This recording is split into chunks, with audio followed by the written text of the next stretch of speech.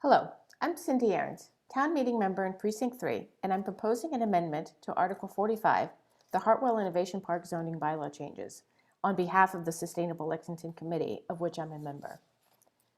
The objective of the amendment is to reduce emissions from redevelopment of the Hartwell corridor by encouraging hybrid HVAC in life science and lab buildings.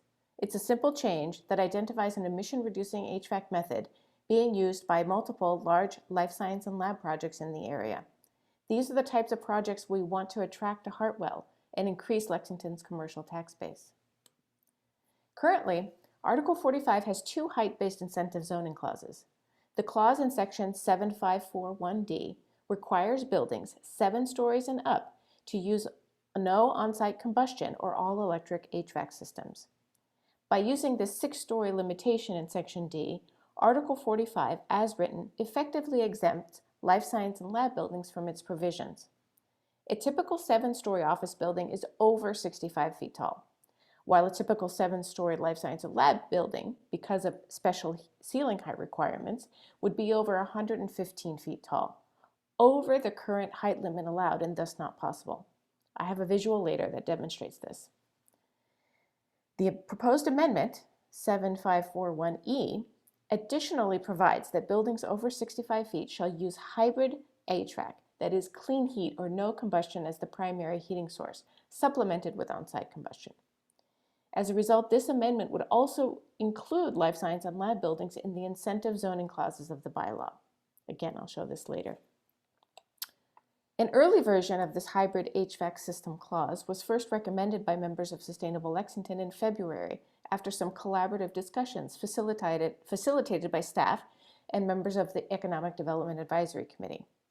We've since considered feedback from Town Council, the Planning Board, town staff, life science and lab building engineers and developers, members of the Economic Development Advisory Committee, as well as community members, and made significant changes to those earlier draft recommendations to have arrived at this proposed amendment.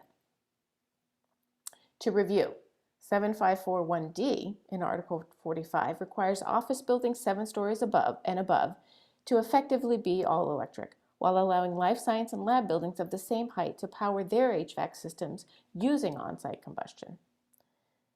Office buildings can have combustion-free HVAC systems, but life science lab buildings generally have more intense heating requirements than office buildings. Laboratory hoods circulate air at a high rate to ensure worker safety, and they have high ceilings to accommodate that equipment and circulate more air. But we have a solution for this in hybrid HVAC systems, and they're already being included in life science and lab buildings in our area, including 3 projects by 3 different developers totaling over 1.5 million square feet of lab space. Hybrid HVAC meets the building's performance needs, the developer's economic targets by reducing construction and lifetime operation costs, and significantly reduces the building's emissions. We know that tenants of life science lab buildings are looking for healthier, high-performance buildings. Here's one example of a life science development that's proposed to using hybrid HVAC.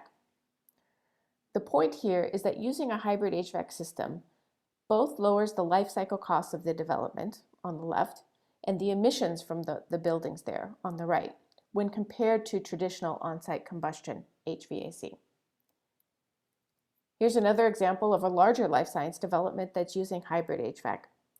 This analysis includes a comparison with stretch building code, which is required in Lexington, with traditional on-site combustion HVAC. And still, the hybrid HVAC system lowers both life cycle costs and emissions. It's important to understand how these incentives work relative to the different building types and sizes.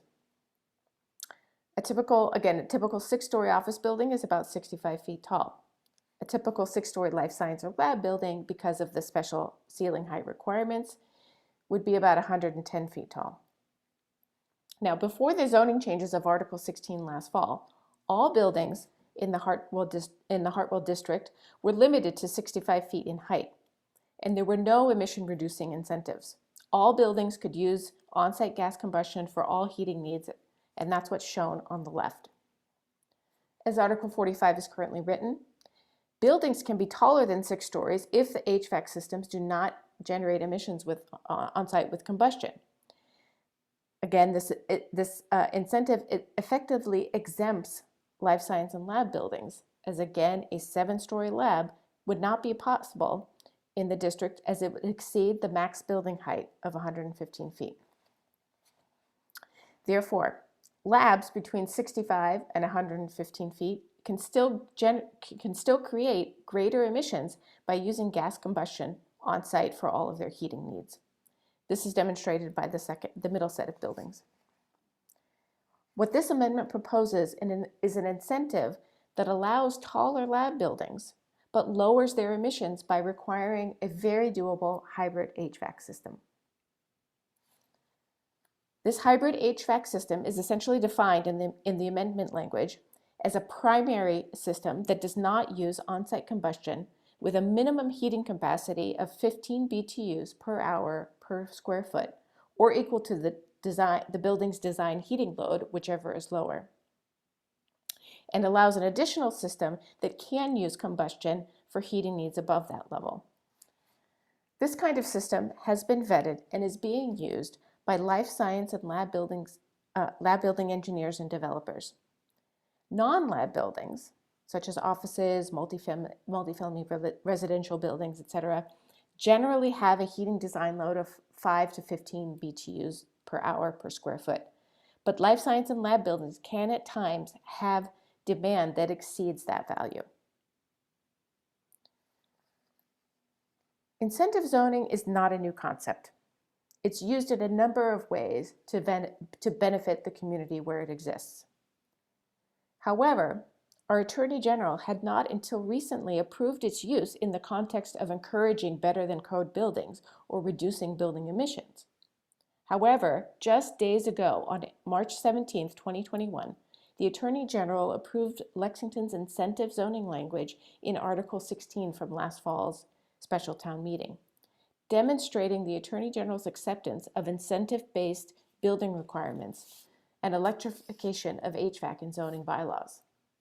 The language that was approved is identical to that in Article 45. The amendment we are proposing merely adds to that language.